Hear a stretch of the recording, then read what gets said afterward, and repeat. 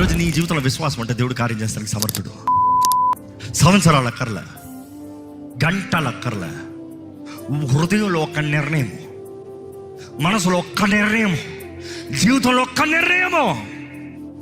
యాకోబు పెనుగులాడాడు దేవుడితో, ఈ రాత్రి నువ్వు నన్ను ఆశీర్వదిస్తానే కానీ నేను విడిచిపెట్టను. ఈరోజు నువ్వు విశ్వాసముతో అడిగితే పరిశుద్ధాత్ముడు నీలోకి వస్తాడు, నీలో కార్యం జరిగిస్తాడు. సంవత్సరం పోరాడలే, సంవత్సరాల నుంచి నువ్వు పోరాడుతున్నావేమో, సంవత్సరంలో పోరాటం అక్కర్లే. ఒక్క రాత్రి, ఒక్క గడియలో, ఒక్క నిమిషంలో నీ విశ్వాసాన్ని ఎత్తి పెడితే దేవుడు కార్యం చేస్తానికి సిద్ధము. నమ్ము. పెద్ద కన్ఫ్యూజన్ రాలేదేమో, ఒక్క చిన్న పోరాటమేమో, ఒక్క చిన్న శోధనేమో, ఒక్క చిన్న కష్టమేమో, ఒక్క చిన్న చేతకాని పరిస్థితి ఏమో, ఆ ఒక్క చిన్నది నిన్ను అలా పట్టుకుని ఉందేమో, ఒక్కతన్ని చూచాను అన్నట్టు ఆ ఒక్క చిన్నదేమో. ఈరోజు నువ్వు దేవుడికి విరోధంగా పోయినప్పుడు పరిణామాలు ఉంటాయి, జాగ్రత్త.